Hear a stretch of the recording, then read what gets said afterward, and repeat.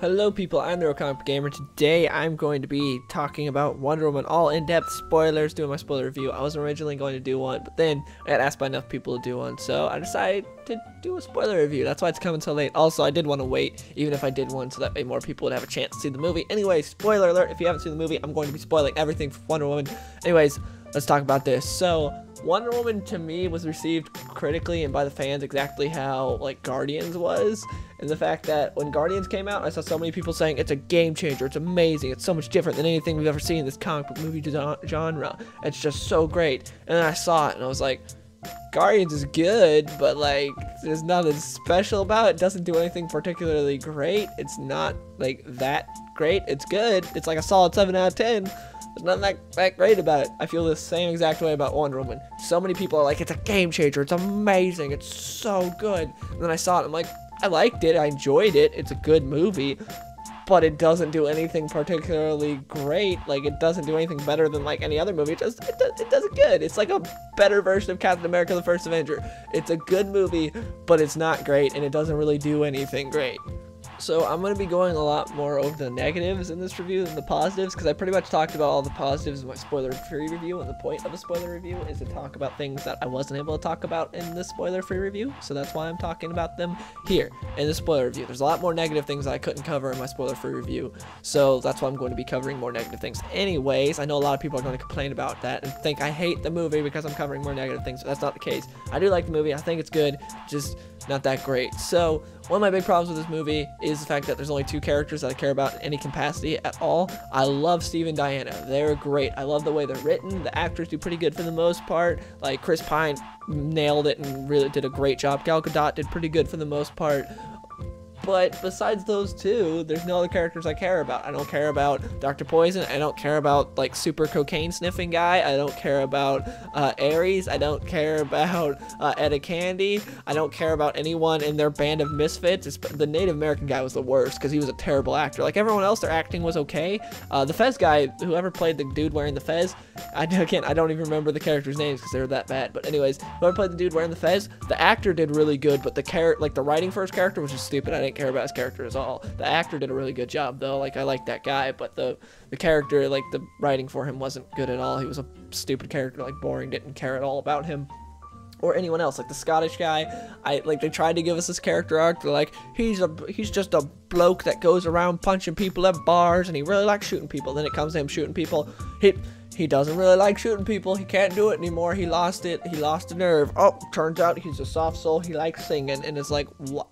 I don't care about this guy at all. This character arc did not make me care about him anymore. You've wasted screen time on this person I don't care about at all. And again, there's just no characters in this movie that I care about in any capacity besides Steve and Diana. Granted, they nailed Steve and Diana. I love their relationship. They did a good job, like, with their romance. Like, it's the best. It's one of the best comic book movie romances I've seen. Like, it's really good. It's way better than Clark and Lois's in Man of Steel and Batman v Superman. It's done way better than that. Like, I like their romance and everything, and they have really good chemistry together, and just they did a really good job with those two characters. But besides them, there's not really any other characters I care about, which is kind of sad in a movie that's supposed to be a great comic book movie. It's like there's only two good characters in the entire movie. Now let's talk about the third act, because that's the main thing that I really want to talk about that I wasn't able to talk about in my first spoiler-free review. So the third act is the weakest part about this movie.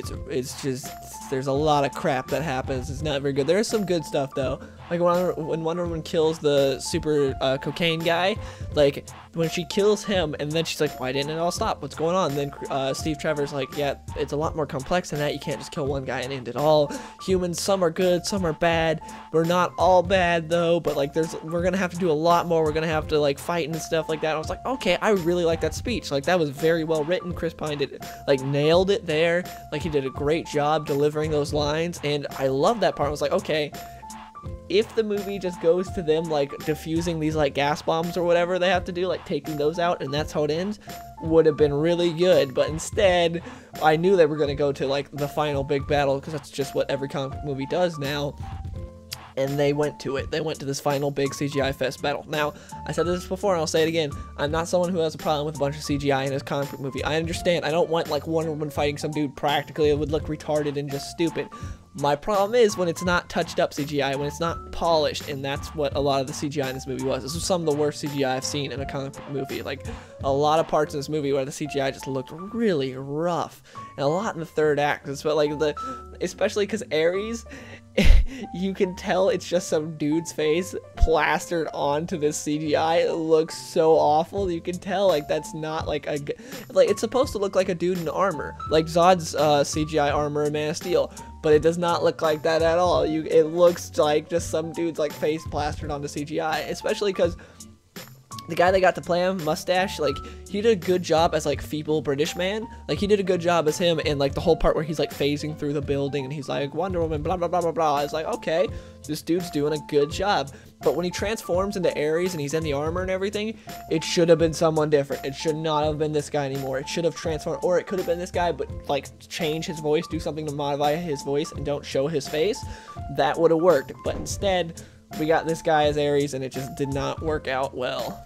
I didn't see the twist coming of him being Ares, but that being said, it doesn't really matter because I don't care about Ares at all. So it's like, it's not like, oh my gosh, they got me. Wow, what a great twist. It's like, oh, I didn't see that coming, but like, I don't really care because I don't care about Ares at all. And then they try to do the other twist of Wonder Woman's a secret weapon, except I was confused because it seemed like two different people were sort of writing this movie in terms of that twist, like writing that segment of it. Like one person wanted it to be a twist, the other person like wanted all the audience to know, because in the beginning Diana's mother is constantly like, she can't know what she is, she can't know who her father is, she doesn't know how powerful she is, and things like that, like constantly, like she won't shut up about it on Themyscira. It's like, okay, we get it, Diana's the secret weapon, we know, thanks, can you shut up about it? And then in the end, Ares is like, you're the secret weapon, join me. And it's like, oh wow, what a plot twist, never saw that coming. It's not like Diana's mother wouldn't shut up about it.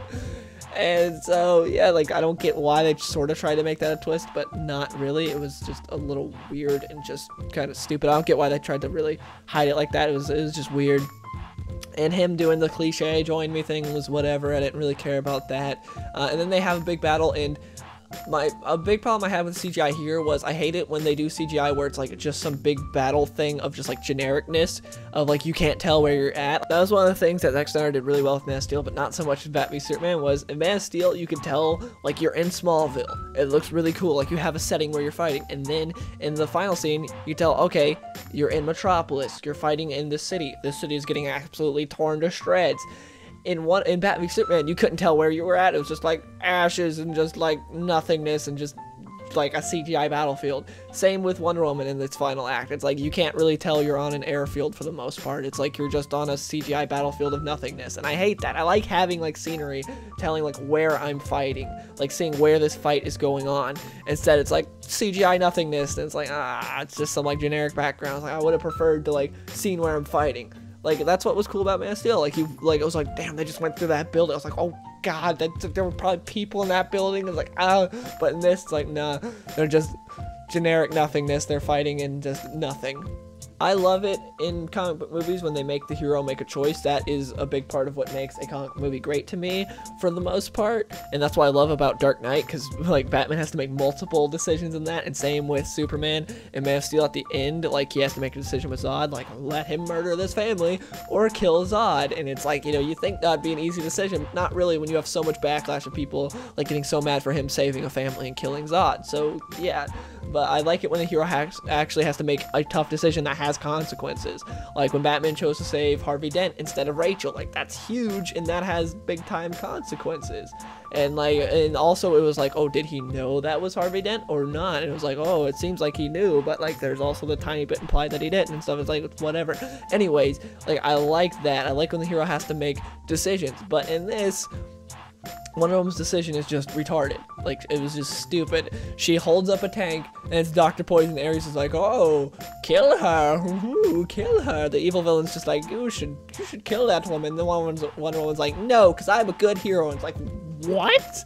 You just killed tons of German soldiers that, like, hundreds of German soldiers combined are way less deadly than Dr. Poison. She's like the whole reason you're here. Chris Pine's whole reason for going here was like to stop her bomb. She is like, her gas massacres people. You already saw before like what it did, but nope. Don't kill her because the villain told you to. I hate it. It's a cliche in movies now, but it happens a lot now. I hate it when the villain's like, oh, kill this person. The hero's like, no, I won't because I'm a hero. It's like, what? It made sense when Luke didn't do it in Return of the Jedi, when the Emperor's like strike him down or whatever, to Vader. That part made sense because couple reasons. That is Luke's father, so he's got some pretty good connections there. Also, that if he strikes him down, like that's big time dark side stuff, and killing your father is kind of like no return there. That's like full into the dark side, and there's no return from there. So it made sense why Luke didn't kill Darth Vader in Return of the Jedi. That's one of the few times that something like this has been done well, where the hero's like, no, I won't kill you, because the villain told him to. Like, it actually made sense there. To where in this, Wonder Woman has no connections to Dr. Poison at all, other than the fact that she knows that Dr. Poison is very deadly and an evil person. But she decides, nope, not gonna kill him, because I'm a good hero person. And then she proceeds to just beat Ares to death. What? Why won't you kill Dr. Poison? Like, this makes no sense. You had no problem killing these unnamed German soldiers, but Dr. Poison, no. That part was just, I hate it, especially because I love the character of Wonder Woman in this movie up to that point, and then at that point I was like, I want to kill Wonder Woman right now. She just made such a stupid decision. Like, this is just retarded. And then when the way she beats Ares is stupid too, because she kind of just like beats him. Like, there's no reason for it. Like, she's getting her ass completely kicked, and then suddenly she like flicks a switch in her head. It's like, I'm gonna win now, and then she wins. Like, if you look at Man of Steel, Superman was getting his ass completely kicked by Zod, and then Superman gets in a favorable position, is able to snap his neck. If it weren't for that, he would have like gotten completely destroyed by Zod. If you don't believe me, you can even watch like Bandit Incorporated's video. He did a video on it showing like who really wins the fight, where he like counts how many punches are landed by like each person and stuff, and Zod was like completely destroying Clark. And yeah, but in the end, like, they go up to that satellite, and then on their way back, falling down through like the wreckage and this, like, how fast they're going, Clark is able to get in a favorable position when they land. But in this, there's no reason for Diana to beat Ares. Like, she is getting absolutely destroyed, and then she just kind of does. It's like, oh, she already knew she was the weapon and everything. She just chose now to beat him. There was no reason for it. She didn't figure anything out. There was nothing. It was just, she didn't do anything special. She just punches him to death. It's like, okay, she just kind of beats him. I was hoping there to be like some way that she did it, like something special. Like, it was the same thing I hated at the end of Dark Knight Rises, where Batman gets his ass completely kicked by Bane, and then the second fight, he did a couple push-ups in jail, and then he just punches his mask a lot. It was like, what? You punched his mask a bunch in the first fight too, and it didn't matter. Like, why are you suddenly like able to kick his ass this time? It was stupid.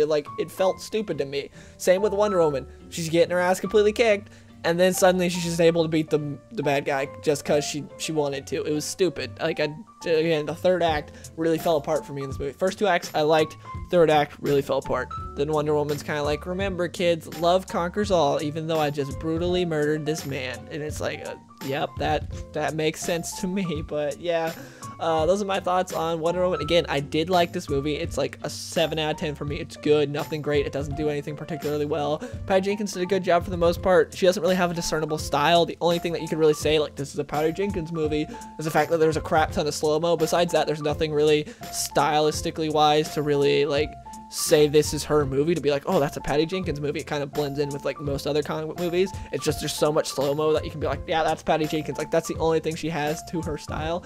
Anyways, yeah, please let me know in the comments below, what did you guys think of Wonder Woman if you've seen it, and I hope you guys enjoyed the video. And again, I did not hate this movie, even though I talked more about the negatives. I do like it. It's just, this was the whole point of a spoiler review, is to talk about stuff you weren't able to talk about before, and this was the stuff I wasn't able to talk about before. Anyways, hope you guys enjoyed the video, and I'll see you guys in the next one.